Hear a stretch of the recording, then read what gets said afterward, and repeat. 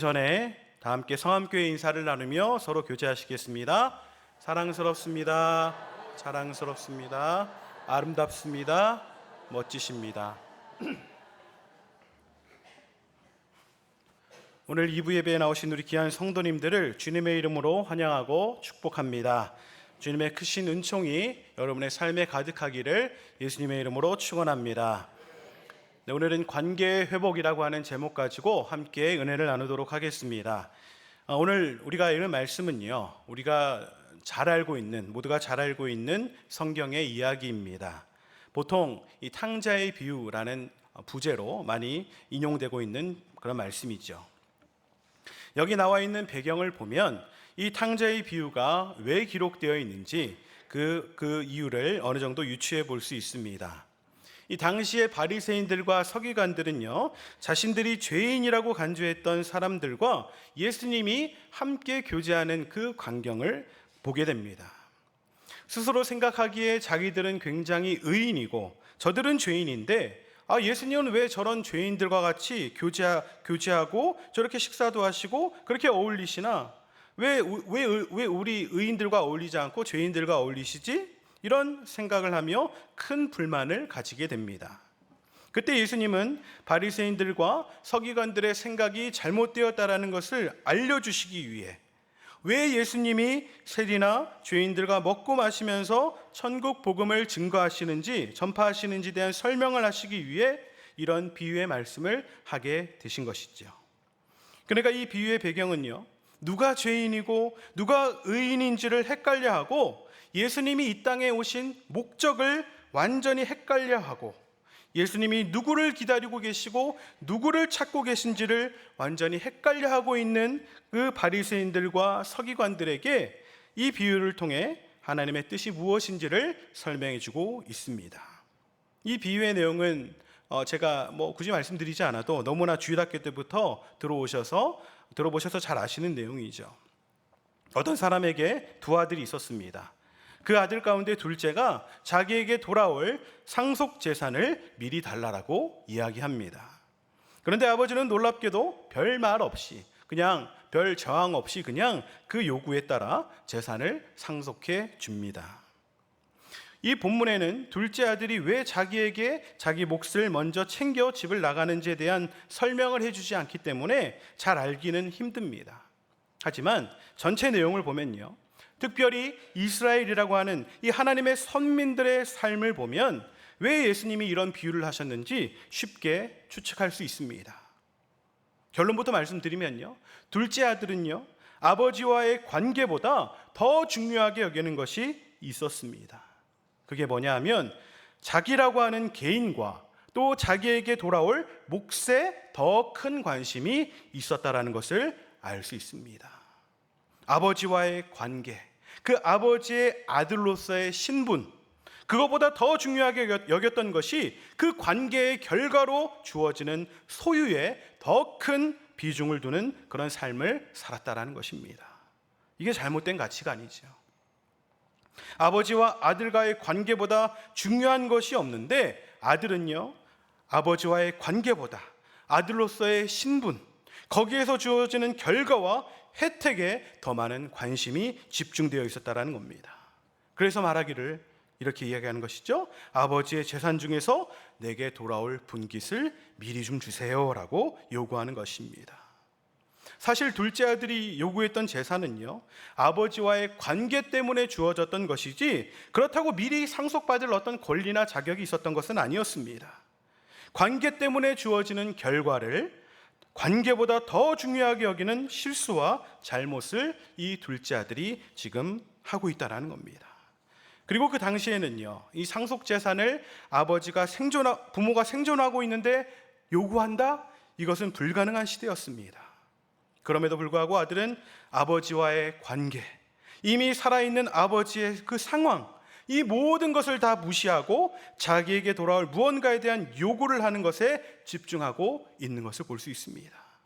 이런 자기중심적인 사고방식, 결과 중심적인 사고방식은요, 성경 전체에 너무나 잘 나타나 있는 내용이기도 합니다.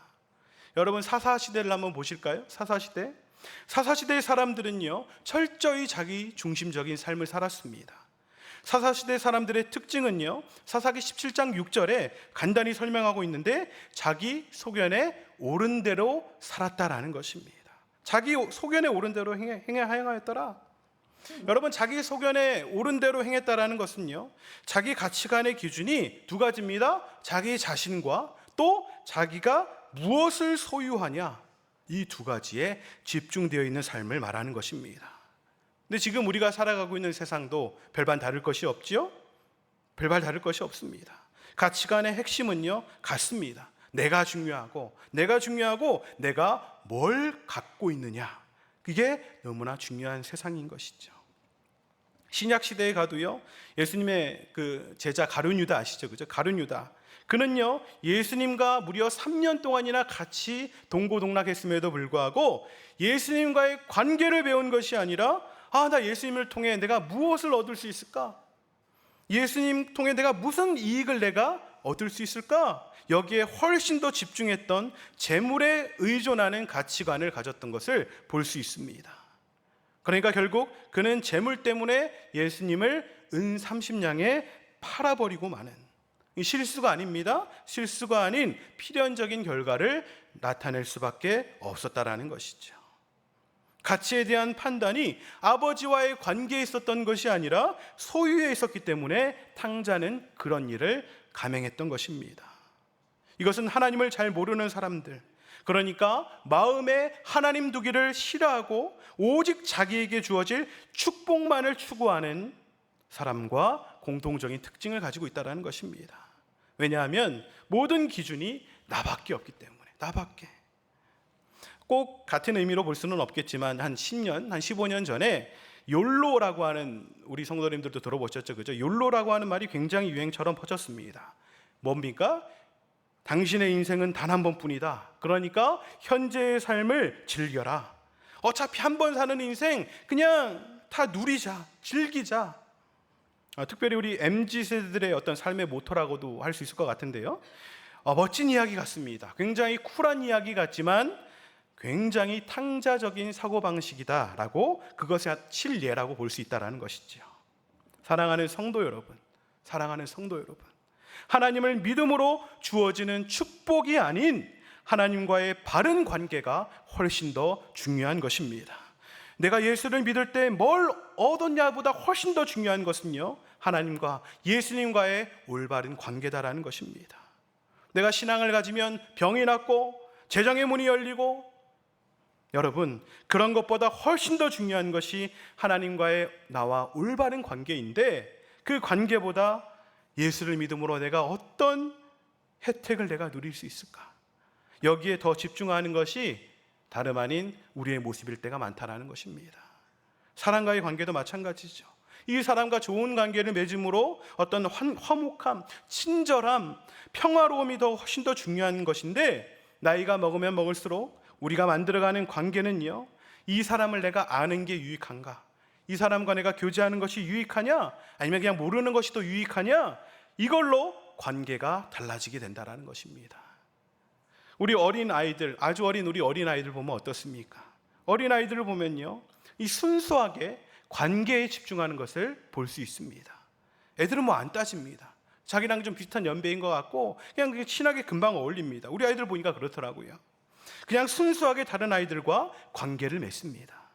그런데 우리 어른들은 어떻죠? 누군가 관계를 만들어갈 때 우리는 계산할 때가 많이 있습니다.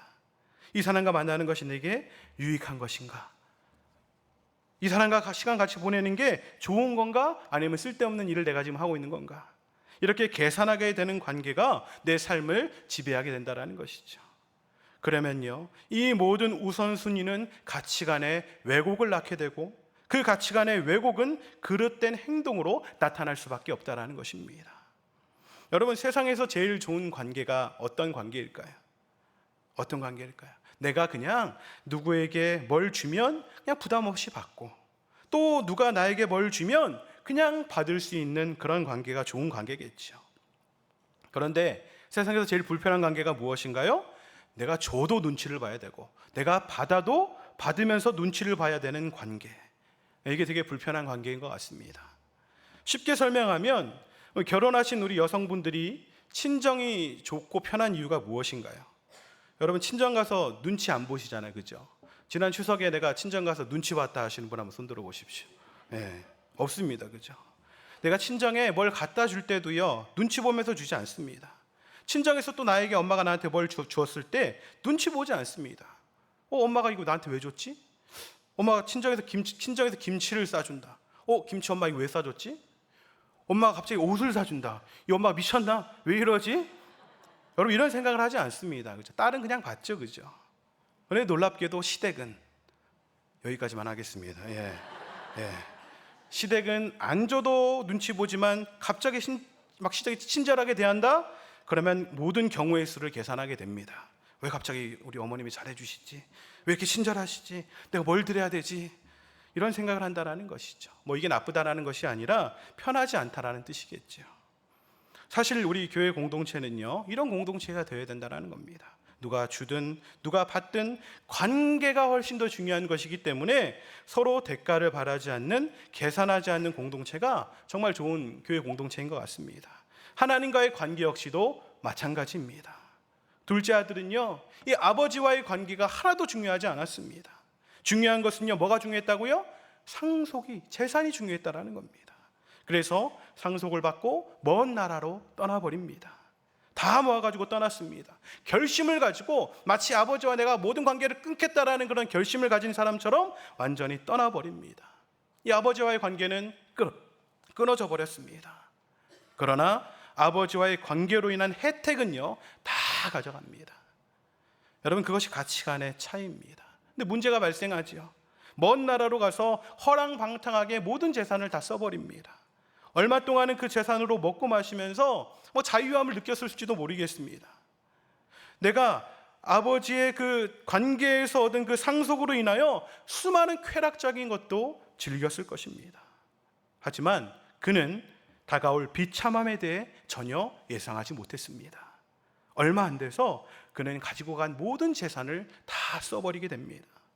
그런데 그 재산을 다 쓴 것으로 끝나지 않았습니다. 공교롭게도 그의 재산이 똑 떨어졌을 때에 그가 갔던 나라에 뭐가 찾아오죠? 흉년이 찾아옵니다. 만약 그가 재산이 있는 상태인데 흉년이 왔다? 그러면 어느 정도 버텼겠죠. 어떻게 비싼 값을 주고라도 양식을 구매해서 먹었겠죠. 재산이 없어졌는데 흉년이 왔다라는 것입니다. 아버지의 품에서 아버지의 자녀로서 한 번도 경험해 보지 못한 그 궁핍함을 그가 경험하게 됐다는 겁니다. 이제 아버지를 떠나 아버지가 주는 재산만으로 버텼을 때 처음으로 궁핍이라는 것을 경험하게 됩니다. 근데 여러분 그는 버텨요. 집으로 돌아가면 아버지 품에서 내가 다시 잘 살 수 있을 것이라는 그런 걸 알고 있었지만 그는 그렇게 하기 싫은 자존심도 있었고요. 그냥 가기 싫었던 것이죠. 최대한 버팁니다. 그래서 그가 버티고 회복하려고 했던 이 선택은 무엇이었습니까? 그 나라에 그냥 붙어 살아가는 것이었습니다. 아버지와의 관계의 회복이 아니라 그것보다 이미 준 재산은 다 썼으니까 어떻게 해서든 아버지와의 관계가 아닌 내가 어떻게든 내가 살아보겠다. 그것을 선택하게 됩니다. 그래서 그가 선택한 것은 너무나도 슬프게도 돼지를 치는 종의 일을 선택하게 됩니다. 놀랍게도 유대인으로서 가장 치욕스럽다고 수치스럽다라고 할 수 있는 그 일을 이 둘째 아들이 하게 된 것이죠. 유대인으로 하여금 가장 비참하다는 삶의 형태인 돼지를 치는 일을 하게 됩니다. 더 비참한 것은 무엇입니까? 그 돼지가 먹는 쥐엄 열매로 배를 채우려고 했던 것입니다. 먹을 게 없기 때문에 그렇죠. 그런데 그것마저 주는 사람이 없어집니다. 굶주리게 되죠. 이 최악의 상황이 발생하게 됩니다. 여러분, 이것이 바로 소유에 집착한 사람의 삶의 종착지다라는 것입니다. 종착역입니다.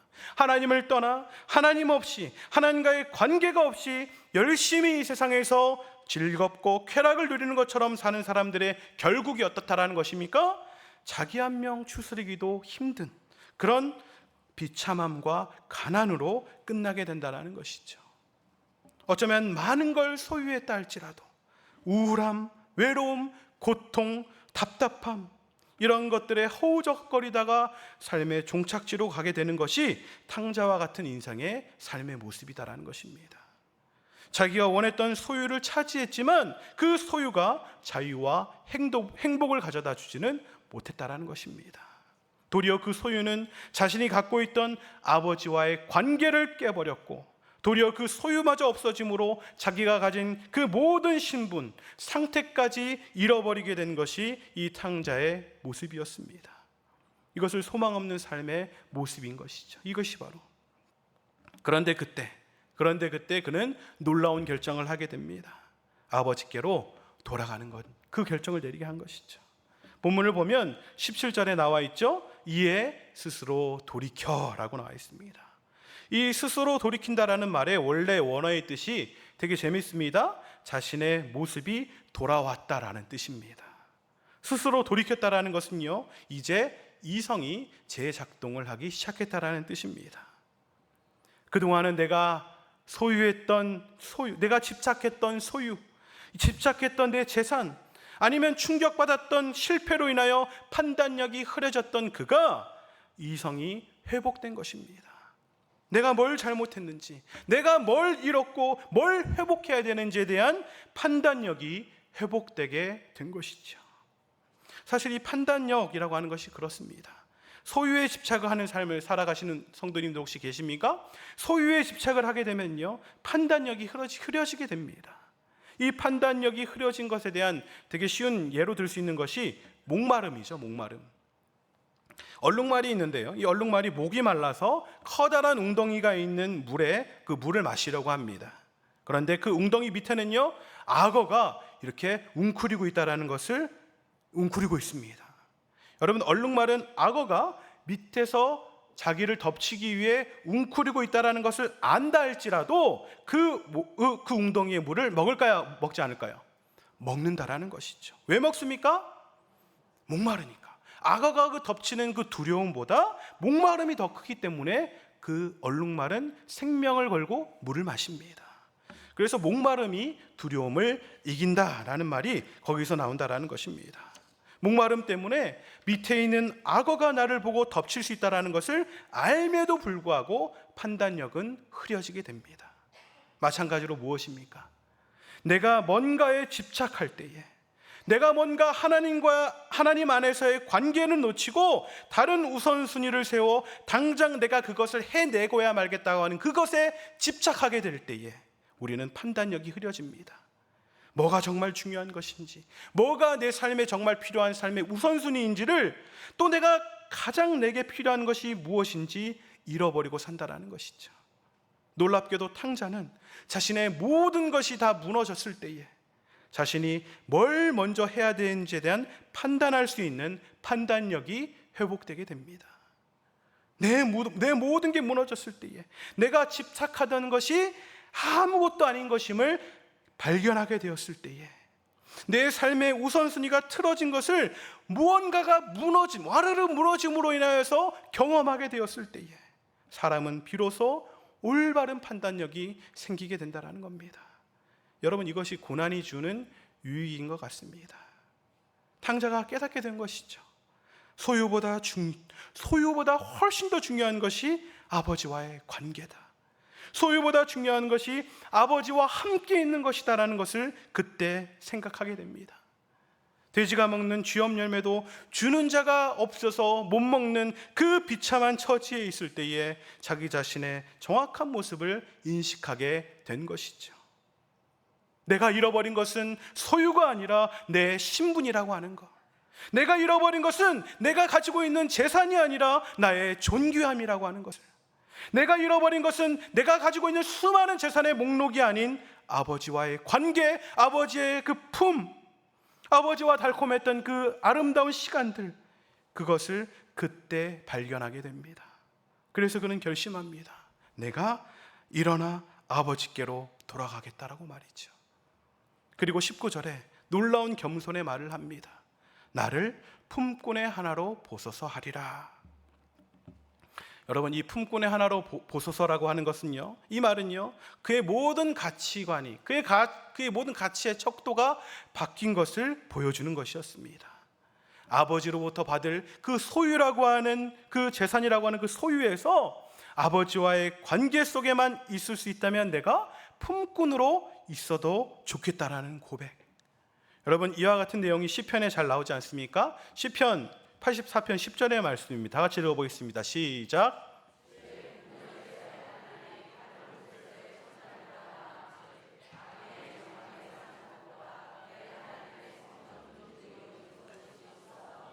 아멘. 여러분, 시편의 기자가 어떻게 이런 고백을 할 수 있었던 것일까요? 소유보다 더 중요한 것은 관계라는 것을 깨달았기 때문에, 내가 무엇을 가지고 있느냐, 내가 무엇을 누리고 있느냐보다 더 중요한 것은 하나님과의 관계다라는 것을 시편의 기자는 깨달았던 것입니다. 그래서 탕자는 아버지와의 관계 속에만 있을 수 있다고 한다면 나는 품꾼의 하나여도 괜찮다. 이전에 갖고 있던 재산이나 소유가 없는 상태여도 나 괜찮다, 상관없다라는 마음으로 아버지께로 돌아가는 결정을 하게 됩니다. 그래서 그는 일어나 아버지께로 돌아가지요. 내가 버리고 나온, 내가 그냥 박차고 나온, 내가 소유를 선택해서 버리고 나온 그 관계 가운데로 다시 들어가게 됩니다. 그때 집으로 돌아갔을 때 아버지는 뭐 하고 있었습니까? 아버지는 어떻게 하고 있었죠? 기다리고 있었습니다. 기다리고 있었습니다. 그리고 놀랍게도 그가 돌아왔을 때에 그의 모습을 보고 달려왔죠. 달려가서 여러분 목을 안고 입을 맞춥니다. 고대 근동에서 목을 안고 입을 맞춘다라는 것은요, 화해와 평화에 대한 상징으로 볼 수 있습니다. 그리고 어떻게 합니까? 그의 신분을 다시 회복시켜 줍니다. 다시 한번 그를 내 자녀로 다시 삼아 주었다라는 것이죠. 재산을 가져와서 여러분 탕진한 그 아들 얼마나 좀 미울 수 있잖아요, 그렇죠? 근데 이렇게 야단치지 않았다라는 것이죠. 야마, 너 가져가는 그 재산 어떻게 했어? 야, 이 새끼 너 그거 다 쓰고 왔어? 이런 미친 거 아니야? 너 그거 다시 복구해. 너 다시 내 아들 삼아 줄 거야. 여러분 그렇게 이야기했습니까? 아니죠. 여러분, 아버지가 이런 소유 중심의 언급을 하지 않았다라는 것입니다. 돌아왔다라는 것, 그 자체로 즐거워하고 평화와 화해의 상징으로 그를 안고 영접하는 것을 볼 수 있습니다. 여러분, 그런데 이게 바로 우리 하나님 아버지시다라는 것이죠. 이런 행동은요, 내가 너의 그 모든 잘못을 내가 용서해 준다라는 그런 뜻입니다. 그때 탕자가 아버지께 자기의 죄를 고백합니다. 아버지가 자기의 죄를 그렇게 막 지적하지 않았음에도 불구하고 탕자는 스스로 저는 하늘과 아버지께 저는 너무나 큰 죄를 지었습니다. 저는 아버지의 아들이라 불릴 자격이 없습니다. 그냥 품꾼의 하나로 저를 써주십시오 라고 아들은 고백하죠. 그러자 아버지가 그래? 그럼 3년간 참회하는 마음으로 종살이 해. 여러분 이렇게 이야기했습니까? 아니었죠. 그때 아버지는요, 종들에게 제일 좋은 옷을 가져다가 입히고 손에 가락지를 끼우고 발에 좋은 신발을 신기고 살찐 송아지를 잡아다가 먹고 즐기자라고 그렇게 이야기합니다. 여러분, 이게 아버지의 모습이다라는 것이죠. 제가 관계에 대한 메시지를 준비하면서 그런 생각이 좀 떠오르더라고요. 보통 나이가 먹으면 믿음이 더 좀 나이가 먹을수록 견고해져야 되는 것이 맞겠죠, 그죠? 제가 요즘 많이 생각하고 있는 것은요, 이 나이가 들수록 믿음이 자라가야 되는데 과연 우리의 믿음은 성장하고 있는가? 제가 보기에 가장 믿음이 좋아 보이는 때는요, 대학생 때인 것 같습니다. 대학생 때까지는요, 믿음이 참 좋습니다. 저도 생각해 보면 대학생 때 가장 믿음이 좋았던 것 같습니다.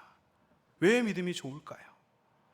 그들은 대가 지불이란 것을 합니다. 대가 지불.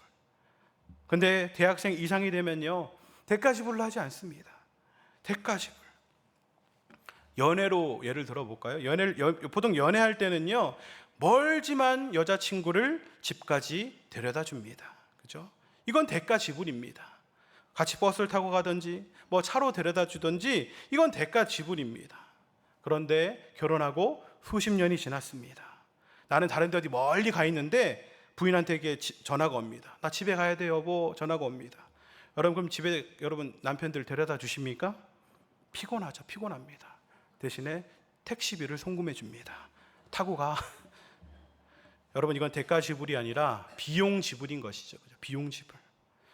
여러분, 그런데 하나님 앞에서도 이게 가능하다라는 것입니다. 대가 지불하던 사람이 나이가 먹으면 먹을수록 더 큰 대가를 하나님 앞에 우리가 지불해야 되는데, 서서히 대가 지불보다 그냥 비용을 지불한다라는 것이죠. 왜 비용을 지불합니까? 중요한 것은 이제 더 이상 관계가 아니기 때문에 그렇다라는 것입니다. 관계는 관계일 뿐 아무것도 아니고, 더 중요한 것은 그 혜택이라는 것이죠. 예수 믿으면 내가 무엇을 얻을 수 있느냐? 라는 질문은요, 20대 미만은 이런 질문을 하지 않습니다. 예수 믿으면 인생 잘 풀리나요? 저는 아직 청소년들에게 이런 질문을 받은 적은 없습니다. 예수 믿으면 공부 잘하나요? 이런 질문 하지 않습니다. 근데 학부모들은요, 이야기합니다. 예수 믿으면 공부 잘하나요? 열심히 하나님 섬기면 우리 아들 좋은 대학 가나요? 청소년 중에서는 아무도 그런 거 물어보지 않습니다. 이걸 물어보는 애가 없습니다. 그런데 학부모는 물어봅니다. 뭐 직접적으로 저한테 물어보시는 분은 없죠. 물어보지는 않지만 마음속에 그렇게 믿는 경우가 많다라는 것입니다. 관계보다 소유를, 관계보다 얻는 혜택을 더 집중하는 것으로 나이가 먹으면 먹을수록 우리는 그렇게 변해간다는 것입니다. 그러니까 무슨 일이 일어납니까? 나이가 먹을수록 여러분, 내 소유만 확보할 수 있다면 언제든지 아버지를 떠나 내가 내 마음대로 돈을 쓸 곳으로 갈 수 있는 일이 인생 가운데 일어난다는 것입니다. 하나님은 이걸 어떻게 생각하실까요? 하나님은요, 하나님의 태도도 동일하다고 생각합니다. 기다리시는 것이죠. 기다리십니다. 여러분, 예배 때 하나님은 기다리고 계십니다. 우리의 삶에서도 하나님은 우리가 당신께 다가오길 기다리고 원하신다라는 것이죠. 와서 기도하고, 와서 하나님을 만나고, 와서 주님과 동행하는 삶, 결과나 소유보다 더 중요한 관계 가운데, 그 삶 가운데에 들어오기를 우리 하나님은 지금도 원하고 계신다라는 것입니다.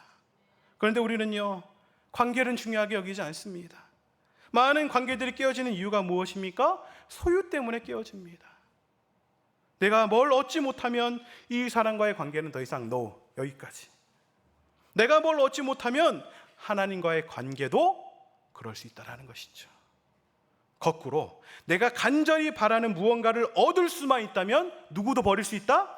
하나님도 버릴 수 있다는 것입니다. 내가 소유할 수만 있다면 내가 이 관계는 그냥 무시할 수 있다는 것입니다. 하나님은 오늘 탕자의 비유를 통해 우리에게 말씀하고 계십니다. 하나님이 정말 원하시는 것은 소유? 아니다라는 것이죠. 예수를 믿으면, 하나님께 기도하면, 주님께 간구하면 우리가 원하는 소유가 늘어나느냐? 우리가 원하는 상속이 늘어나느냐? 여러분, 그걸 성경에 언급하는 구절은 단 한 구절도 없습니다. 우리가 하나님께 나아가면, 우리가 하나님께 기도하면 상속이 느는 것이 아니라 관계가 회복된다라는 것입니다. 여러분, 예수님이 이 땅에 오신 이유는요, 이 땅에 우리 예수님이 왜 오셨습니까? 로마에 눌려있던 유대인들을요, 부자 만들어 주시기 위해 오신 것이 아니다라는 것입니다. 속국이었던 유대인들을요, 정복자로 변화시켜 주시기 위해 이 땅 가운데 오신 것이 아닙니다. 아무것도 없고 찌질한 그 제자들을 훌륭한 석학으로 만들어 주시기 위해 오신 것이 아니다라는 것입니다. 대신에 가진 것도 없지만 소유에 집착하며 허우적거리는 사람들에게 다시 하나님과의 관계를 회복할 수 있도록 이 땅 가운데 오셨다라는 것입니다. 관계 회복을 위해서. 제가 오늘 우리 교회 부임해서 5년 정도 제가 벌써 지났는데 처음으로 이 주일 오전 예배를 말씀을 전하고 있거든요. 뭐 제 설교를 들어보신 분들은 많이 계시겠지만 처음으로 듣고 계신 분들, 전 목사 얼마나 설교 잘하나 보자 이렇게 보시는 분들이 있을 것 같아요. 그죠? 제가 되게 많이 고민했습니다. 무슨 주제로 말씀을 증거하지? 정말 많이 고민하고 또 고민했습니다. 이번 추석 명절이 되게 길었죠. 그죠? 잘 쉬어야 되는데 별로 즐겁지 않더라고요. 예. 살도 좀 빠진 것 같지 않습니까? 예. 엄청나게 먹었는데 몸무게는 늘지 않았더라고요. 마음 한구석이 왜 이렇게 부담이 되는지. 그때 하나님께서 주시는 마음은 관계라는 것이었어요. 관계. 하나님께서 정말 원하시는 것은 관계다. 중요하니까 계속 제가 반복해서 말씀드리겠습니다. 가장 중요한 것은요, 나와 하나님과의 관계입니다. 나는 관계가 중요한가? 아니면 이 관계 때문에 얻어지는 결과가 더 중요한가? 신앙에 있어서 나는 하나님과의 관계가 중요한가? 아니면 예수 믿고 뭐 살림살이가 나아지는 것이 더 중요한가? 우리의 마음과 신앙을 오늘 다시 한번 여러분 점검해보는 시간이 되셨으면 좋겠습니다. 안 그러면요, 우리도 탕자가 된다라는 것입니다. 지금 예배 잘 들고 있는 성도들 모아놓고 무슨 탕자, 내가 탕자라고 이렇게 생각하시는 분이 계실 수 있는데요, 그게 아니다라는 것이죠. 탕자가 어디 저기 먼 곳에 있는 사람들이 아닙니다. 말씀을 듣고 있는 여러분 가운데에 만약 지금 탕자의 삶을 살고 있다라고 그렇게 생각되는 그런 깨달음이 혹시 여러분 가운데 계시다고 한다면, 저는 사실 말씀을 준비하면서 내가 탕자구나라는 사실을 제가 뼈저리게 느꼈습니다. 만약에 저와 같은 그런 생각을 가지신 분이 계시다고 한다면 지금이라도 돌이켜서 관계의 회복을 위해 하나님 앞으로 더 가까이 나아가시기를 축원합니다. 그리고 혹시 여러분 주변에 탕자처럼, 여러분 주변에 혹시 그런 분 계실 수 있죠. 탕자처럼 내가 막 더 소유해야겠다, 내가 뭔가를 더 가져야겠다, 내가 뭔가를 좀 더 누려야겠다라는 이유로 하나님과의 관계가 깨어진 사람들이 여러분 주변에 만약에 계시다고 한다면, 저는 그 사람이 하나님을 떠난 여러분의 자녀들이라고 생각합니다. 여러분, 그 자녀들이 세상에서 소유하고자 하는 것을 더 많이 성취할 수 있도록 열심히 기도해주는 부모가 되는 것이 아니라 그 자녀의 깨어진 관계가 다시 회복할 수 있도록 기도하시는 부모님들이 되시기를 축복합니다. 왜냐하면 주님은 기다리고 계십니다. 우리가 돌아만 간다면, 우리가 비참한 모습이지만 다시 아버지께로 돌아만 간다고 한다면, 주님은 우리를 다시 그 신분을 다시 회복시켜 주시고 우리를 새롭게 하실 분이시기 때문에 그렇다라는 것입니다. 말씀을 정리하겠습니다. 오늘은 관계에 대한 주제로 말씀을 함께 나눴습니다. 바라기는 예배의 자리로 나오셨을, 지금 다 예배의 자리로 나오셨죠, 그죠? 예배의 자리로 나오셨을 때에 다른 여러분 어떤 것에 집중하시지 마시기 바랍니다. 다른 어떤 것에 집중하는 것이 아니라 나와 누구요? 하나님과의 관계에만 여러분 집중하는 시간 되셨으면 좋겠습니다. 일상의 삶에서도 마찬가지겠죠? 내가 하나님의 자녀라고 하는 그 신분, 그 귀한 신분, 그 신분으로 주어진 귀한 정체성이, 신분으로 주어지는 결과, 소유에 의해 흔들리지 않으시는 저와 여러분이 다 되시기를 예수님의 이름으로 축원합니다. 이 시간 좀 같이 기도했으면 좋겠습니다. 저는 청년들과 이렇게 말씀을 나누고요, 늘 적용 기도를 함께 하거든요. 되게 좋습니다. 이 시간에 말씀을 들으시면서 그렇다면 나는 혹시 탕자처럼 살아가고 있지는 않는가? 나와 하나님과의 관계를 여러분 다시 한번 좀 점검해 보셨으면 좋겠고요, 또 무언가를 성취하기 위해, 나의 만족과 유익을 위해 하나님과의 관계를 저버리고 떠나버린 사랑하는 자녀들, 우리 사랑하는 손주들이 있다고 한다면 이 시간 그 사랑하는 우리 자녀 손들을 위해서 함께 기도하는 시간 가졌으면 좋겠습니다. 이 시간 함께 주여 한번 간절히 부르시고 통성으로 기도하겠습니다. 주여, 하나님 아버지 감사드립니다. 오늘 아버지 하나님 탕자의 비유를 통하여 아버지 그 탕자가 아버지 하나님 다름 아닌 우리 자신이었음을 이 시간 고백하며 주님께 아버지 하나님 회개와 용서를 구하며 나아갑니다.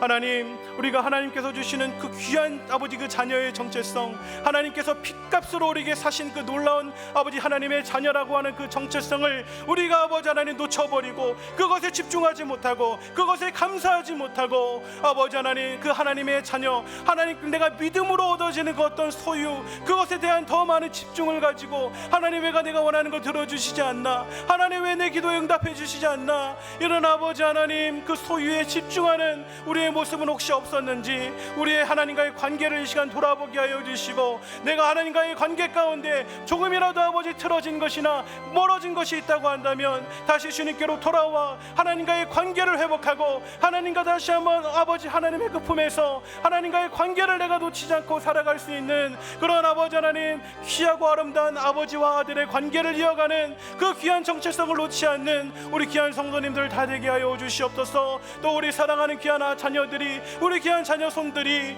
이 하나님의 주시는 관계보다 다른 어떤 세상의 소유에 더 많은 관심과 목적을 가지고 하나님을 떠난 우리 자녀손들이 있다고 한다면, 하나님 그 자녀손들의 마음을 주님 돌이키게 해 주시고, 오늘 탕자가 돌이켰던 것처럼 다시 주님께로 돌이켜 다시 하나님의 품으로 돌아올 수 있는 아버지 하나님, 그런 놀라운 회복의 역사가 일어나게 하여 주시옵소서. 하나님, 우리 안에, 우리 귀한 자녀손들 안에 이 귀한 회복의 역사가 일어나기를 소망합니다. 하나님, 우리도 탕자입니다. 우리도 그렇게 하나님과의 관계보다 다른 것을 더 중요하게 했던 탕자입니다. 우리의 아버지, 이런 믿음 없음과 이런 우리의 모든 이기심과 우리의 모든 아버지 정욕을 용서하여 주시고 다시 하나님의 품으로 돌아가 하나님의 품 안에 안겨 주님의 아버지 영광스러운 주님과 교제하는 우리의 모든 삶이 되게 하여 주시옵소서. 하나님 아버지, 감사드립니다. 오늘의 예배가 하나님과의 관계를 위한 우리의 발버둥이 되게 하여 주시옵소서. 하나님을 믿는 이유가 세상의 축복을 더 많이 받기 위해서라고 한다면, 또 하나님 자체보다 하나님과의 관계로 얻어진 혜택 때문이라고 한다면, 그런 우리를 긍휼히 여겨주시고 변화시켜 주시옵소서. 세상에서 가장 소중한 주님과의 관계로 얻어지는 혜택보다 더 중요한 하나님과의 관계에 집중할 수 있는 가치관과 시각을 우리 가운데 회복시켜 주시옵소서. 늘 주님을 배신하는 배반자이지만, 그래서 하나님 앞에 나아갈 자격이 없지만 기다려주시고 여전히 자녀 삼아주시고 언제나 품에 안아주시는 예수님의 이름으로 기도드립니다. 아멘. 다 같이